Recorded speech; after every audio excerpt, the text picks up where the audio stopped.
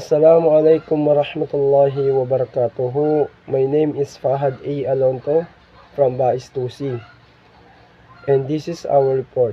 My topic is all about the definition of the Islamic leadership. Definition of Islamic leadership: managing the affairs of the Ummah and coordinate their efforts in accordance of Islamic Sharia and inviting them to righteous deeds and Islamic values and characters. A person or a group that will lead humanity from the brink of the destruction of the way of Allah the Almighty. Definition of Islamic leadership. So, ang meaning, ang pamumuno ng isang Islam ay isang kaakit-akit na paksa na pinagsasama ang mga makasaysayang pananaw at modernong aplikasyon. Ito ay batay sa mga prinsipyong matatagpuan sa loob ng isang Islam at sa buhay ni Propeta Muhammad sallallahu alaihi wasallam na nagbibigay diin sa katarungan, konsultasyon o syura at kapakanan ng komunidad. Ang pangunahing aspeto ng pamumuno ng isang Islam ay ang konsepto ng pamumuno ng tagapaglingkod, kung saan ang mga pinuno ay naglilingkod sa kanilang komunidad at nagsisikap tungo sa pagbubuti nito na sumasalamin sa mga turo ng Islam sa pagpapakumbaba at paglilingkod. Assalamualaikum warahmatullahi wabarakatuh. My name is Norsaid Ragia. So, my topic is about definition of secular leadership. Definition of secular leadership. Leadership is the behavior of individual when he is directing the activities of a group toward a shared goals. Cons 1967. So, ang pag-uugali ng isang individual bilang isang leader o pinuno ay naglalarawan ng kanyang paraan ng paggabay at pag-organisa sa isang grupo patungo sa isang tiyak na layunin. So, ito ay sumasalamin sa kanyang mga desisyon, kilos at estilo ng pamamahala na nakakaapekto sa pagkilos at resulta ng buong grupo. So, ang halimbawa ng ganitong uri ng pamumuno ay isang kumpanya na pinamumunuan ng isang CEO na nagtataguyod ng kultura ng pagtutulungan at pagpapahalaga sa bawat empleyado. Ang CEO na ito ay maalam sa pagpapahalaga sa bawat miyembro ng kanyang kumpanan. So, nagbibigay ng oportunidad sa kanila upang lumago at magbigay ng kanilang mga contribution sa organisasyon at nagtatagda ng mga malinaw na layunin na nagsisilbing gabay sa pagkilos ng buong kumpanya patungo sa tagumpay. So, ang ganitong paraan, ang pamumuno ng CEO ay nakakatulong sa pagbuo ng isang masiglang at epektibo samahan na nakatutok sa pag-abot ng kanilang mga layunin.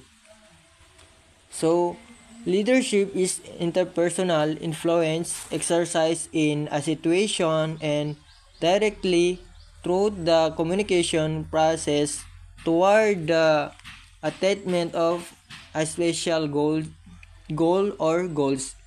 Werles and Masaryk, 1967. So, ang kakayahan ng isang leader na makontrol at impluwensahan ang kanyang mga kasama sa pamamagitan ng komunikasyon upang maabot ang tiyak na layunin. So, ang halimbawa naman ito, isang guro na nagtatrabaho kasama ang kanyang mga mag-aaral upang makamit ang mataas na marka sa isang proyekto ay gumawa ng malinaw na direksyon, pagbibigay inspirasyon at pagtuturo sa pamamagitan ng komunikasyon, sa pamamagitan ng paggamit ng kanyang interpersonal na kasanayan at ang mga pamamaraan ng komunikasyon nakakamit ng guro at ang kanyang mga estudyante ang kanilang layunin. So, ang definition or base sa definition of secular leadership ay ang secular leadership daw ay hindi nakabase sa reliyon o spiritual na autoridad.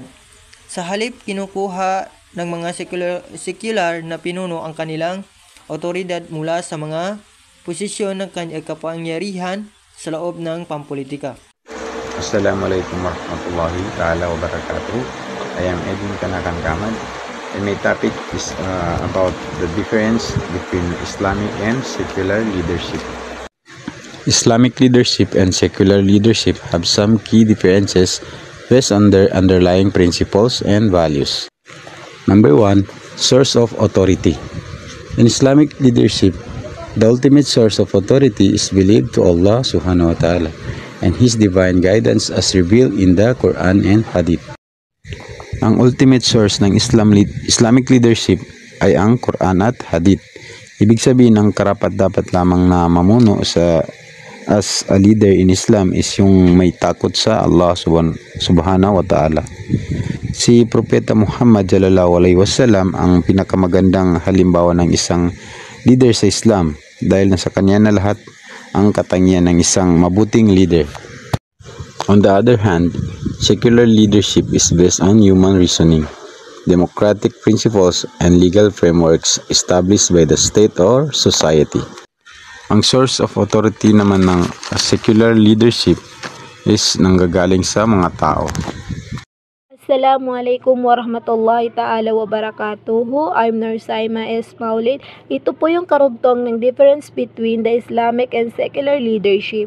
Number 2 is rule of religion. Islamic leadership integrates religion into the governance, considering it is an essential component of leadership. Ang pamumuno ng Islam ay isinasama ang relihiyon sa pamamahala na isinasaalang-alang ito bilang isang mahalagang bahagi ng pamumuno. Islamic leaders are expected to uphold and promote Islamic values and principles in there. Ang mga leaders ng Islam ay inaasahang itaguyod ang mga halaga ng prinsipyo ng Islam sa kanilang mga proseso sa paggawa ng desisyon. Sa secular na pamumuno, ang relihiyon ay karaniwang hiwalay sa mga gawain ng Estado at ang mga leaders ay inaasahang gagawa ng mga desisyon batay sa secular na mga prinsipyo nang hindi pinapaboran ng anumang particular na paniniwala sa relihiyon. Yun lamang po. Salamat. Assalamualaikum warahmatullahi wabarakatuhu. I'm Siti Hanaifa Fairud Saragasi Kalo, and this is my assigned topic about a Muslim leadership is an ideal worker, primary asset of an ideal worker. So number 1 is ilm. Ang ilm is knowledge. Sa Islamic context, ang ilm ay karaniwang tinutukoy sa kaalaman sa relihiyon.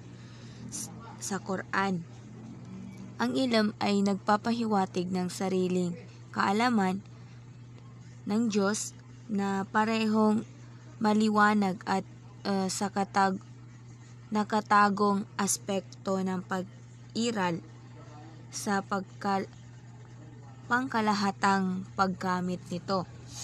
Ang ilm ay tinutukoy sa kaalaman sa anumang particular na bagay o proposition o kung anumang anyong pag-aaral. So, number 2 is iman. Faith. So, ang iman ay nangangahulugan na pananampalataya. Ito ay nagmula sa salitang Arabic na iman na nangangahulugang paniniwala o pagtitiwala. Ang pangalan ay unang ginamit sa Quran at ito ay isang tanyag o kilalang word sa Muslim. So, number 3 is amal, din. Kapag ginamit ang din sa Islam, Ito ay malinaw na nangangahulugan ng isang sistema ng buhay kung saan ang Allah Subhanahu wa Ta'ala ay sinasamba at sinusunod hindi lang sa makitid na relihiyosong kahulugan, ngunit sa paraang kinabibilangan ng lahat ng aspekto ng tao. Humility, kumbaga katotohanan.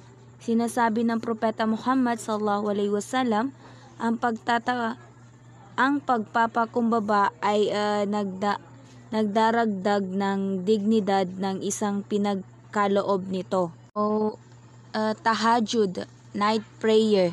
So, ang tahajjud ay salitang nagmula sa tahajjada na nangangahulugan na gumigising tayo sa gabi.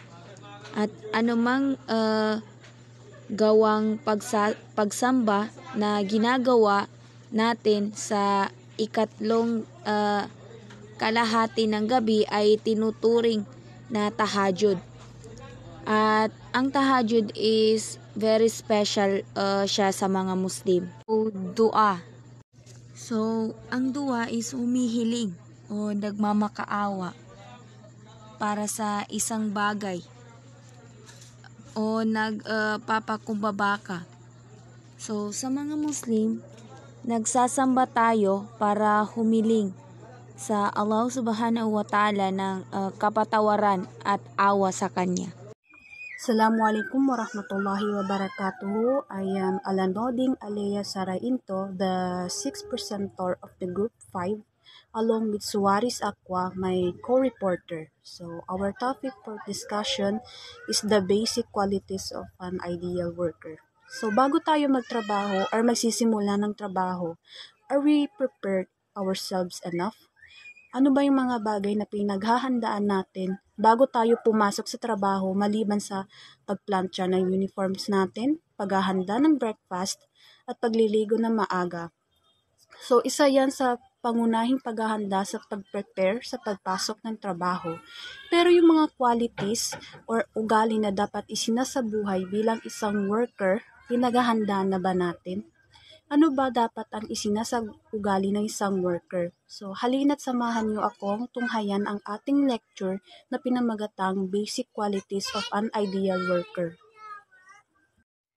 So, the basic qualities of an ideal worker presented by me. Let's start with the number 1, suja or the courageous. The other term or the synonym of the courageous is to be brave, meaning you should not show any weaknesses, meaning in terms of working, you should maintain your brave demeanor. Hindi yung nagmamatapang or nagsisiga-siga para lang matawag na matapang. Kailangan you face all the hardships or the struggles as a worker. You should face mistakes because facing mistakes will serve you enough as a brave or a courageous person as a worker. And maybe in the end of the day, may mapupulutan ka rin namang aral. The number 2 is the ikhlas or the sincerity. The other words for sincerity is honesty. Kailangan lilabag sa kalooban mong magtrabaho. You should be honest enough for yourself, of course. In other words, bawal plastic. Be genuine enough for yourself and to your co-workers as well as sa mga taong matataas ang posisyon sa'yo. Other phrase is malinis yung intention mo sa pagtatrabaho, meaning wala kang iisiping masama towards your other co-worker and to avoid crab mentality. The next one is the insani or the humane. The meaning of humane in Tagalog is magiging makatao. Help other people na nahihirapan, yung minamaliit mo pa. If may struggle siya sa trabaho or mapapersonal na buhay, do not forget to lend your hands toward that person. Be an open book when someone needs your help. Matuto kang makinig at makiramay when they are in really need of help from you. The next one is the mumazzam or maatul in Maguindanao. Organized. Ano pa yung dapat in-organize mo as a worker? Siyempre, unang-una na dyan yung time management. You should come to your work before the given time, same with students. Bawal malate. Finish the given task in the given time. Huwag yung, "Sir, I'm sorry kasi ganito, ganyan." Mas lalong mawawala ng tiwala sa'yo yung nakakataas sa'yo. Lalong-lalo na yung mga katrabahador mo. Kapag nangyari to, ay yari ka na. Baka mapatalsik ka sa trabaho mo for not being unorganized as a worker. The last part of my report is the musammim or the determined. Determined meaning, huwag panghihinayaan ng loob. In other term, bawal nega. Kapag malaki-laki or marami-rami na yung task na pinapatrabaho sa'yo, you should act quickly kaysa magdrama pa. Dapat tuloy lang ang laban sa pakikidigman sa trabaho. You should seek for help sa mga trabahador mo if may hindi ka naiintindihan sa pinapagawa sa'yo. If you are really determined enough, maghahanap ka ng way para matapos yung pinapagawa sa'yo. So, this is the end part of my report. Shukran. And next, my co-reporter will explain the remaining basic qualities of an ideal worker by Suarez Aqua. Shukran. Assalamualaikum warahmatullahi ta'ala wabarakatuh. I'm Suarez D. Ako and my report is the continuation of the report of Miss Aliyah Alanuding, which is the basic qualities of an ideal worker. Okay, let's start.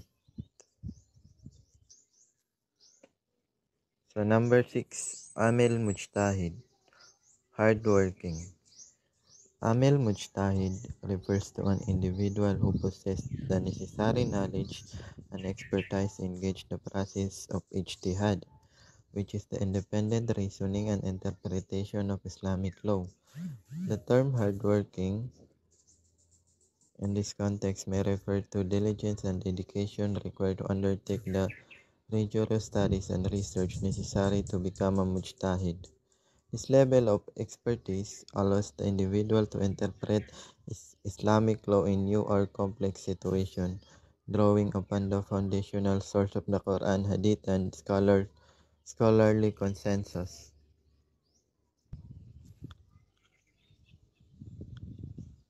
So, ang amil mujtahid daw ay tumutukoy sa isang individual na may sapat na kaalaman at kasanayan upang maengganyo sa proseso ng ijtihad, na ang kahulugan ay ang independenteng pag-iisip at interpretasyon ng batas ng Islam. Ang term na hardworking o masikap sa kontestong ito ay tumutukoy sa pagiging masipag at matyaga sa pag-aaral at pananaliksik na kinakailangan upang maging isang mujtahid. Sa andas na ito ng kasanayan, ang isang individual ay may kakayahang magbigay ng interpretasyon ng batas ng Islam o komplikadong sitwasyon batay sa mga batayan tulad ng Quran, Hadith, at scholar consensus. Number 7, Muhafid lil waqt o punctual. Muhafid lil waqt, which is translated to punctual in English, refers to an individual who is diligent in observing managing time effectively. In an Islamic context, being punctual is not only practical virtue but also a spiritual one. As it reflects, being punctual is not only practical virtue but also a discipline and respect for commitments. This concept emphasizes the importance of fulfilling obligation and appointments in a timely manner, demonstrating reliability and accountability in one action. A person who is muhafid lil waqt strive to make the most of their time, recognizing its valuable resources to be used wisely in fulfilling both religion and worldly duties. So, ang muhafid lil waqt o punctual sa English ay tumutukoy sa isang individual na maingat sa pag-observe at pamamahala ng oras ng epektibo. Sa kontestong Islamic, ang pagiging punctual ay hindi lamang practical na kagandahang asal, kundi pati na rin isang spiritual na katangian. Dahil ito ay nagpapakita ng disiplina at respeto sa mga pangako. Ang konseptong ito ay nagbibigay din sa kahalagaan ng pagtupad sa mga obligasyon at appointments ng maaga, nagpapakita ng reliabilidad at pananagutan sa mga gawain. Ang isang tao na muhafid lil waqt ay nagpupunyagi na gamitin ng maayos ang kanyang oras na kinikilala ito bilang mahalagang yaman na dapat gamitin ng maayos sa pagtupad ng mga relihiyoso at pangmundong tungkulin. Number 8. Hasanul Khulq.